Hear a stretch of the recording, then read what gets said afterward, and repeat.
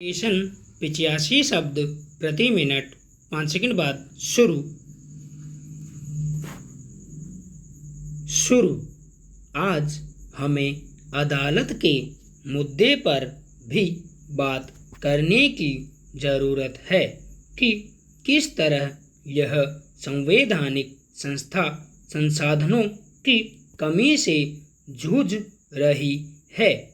जिस व्यक्ति को समाज में किसी से न्याय नहीं मिला, उसके लिए अदालत ही ऐसी जगह है जहां व्यक्ति आकर न्याय की गुहार लगा सकता है और न्यायालय उसे न्याय दिला सकता है।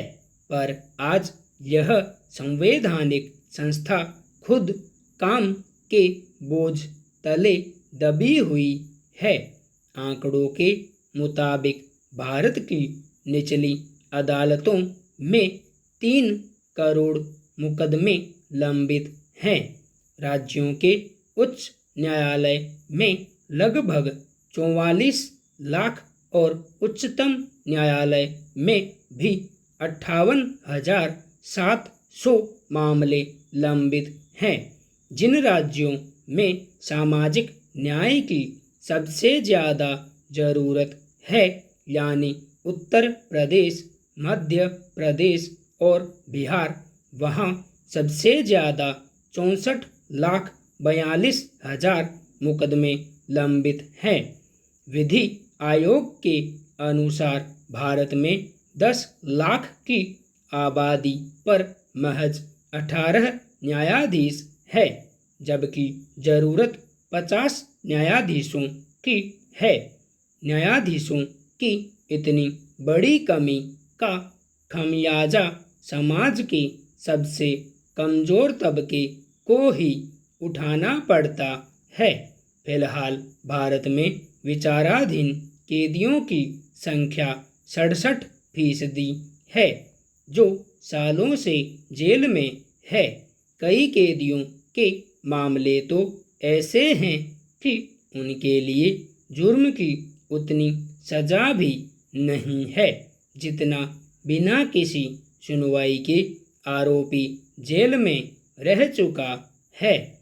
इसलिए बहुत ज़रूरी है कि आम नागरिक को अपने सारे अधिकार मालूम हो और अगर कोई नागरिक अपने किसी अधिकार से महरूम रहता है तो न्यायालय उसे न्याय दिला पाए। इसके लिए ज़रूरी है कि जनता भी न्यायालय के इन आधारभूत कमियों को पूरा करने के लिए आवाज़ उठाए। बेटी का हक पढ़ा, इस विचार से सब सहमत होंगे कि समाज बेटियों को पैतृक संपत्ति में बराबरी हक नहीं देना चाहता। सामाजिक न्याय, लैंगिक समानता जैसे मुद्दों पर हमें 2 मोर्चों पर लड़ना पड़ता है। पहला है कानून बनाकर विसंगतियां दूर करना और दूसरा है रूढ़िवादी समाज की सोच बदलकर वंचितों को सचमुच में हक दिलवाना। वोट बैंक की राजनीति के चलते रूढ़िवादी समाज के खिलाफ कानून की राह पर चलना कितना मुश्किल है, यह हम अक्सर अदालतों में संवेदनशील मामलों में देखते रहे हैं। दरअसल कानूनन हक दिलवाने से ज़्यादा मुश्किल काम है बदलाव की सामाजिक स्वीकार्यता।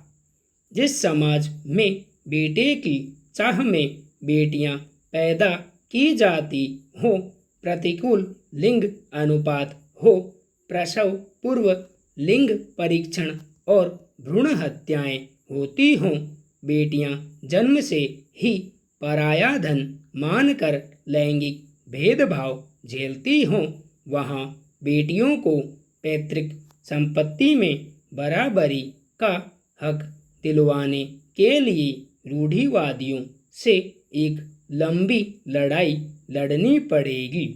इतिहास में यह बात दर्ज है कि बेटियों के हक के लिए हिंदू विवाह अधिनियम को कानूनी शक्ल देने और उसे स्वीकार कराने तक के मामले में इसे तैयार करने वालों को कितनी जद्दोजहद झेलनी पड़ी थी, विरोध का सामना करना पड़ा था, लेकिन वैसे लोगों के पांव नहीं डिगे, इसलिए आज सफ़र यहाँ तक पहुँच सका है।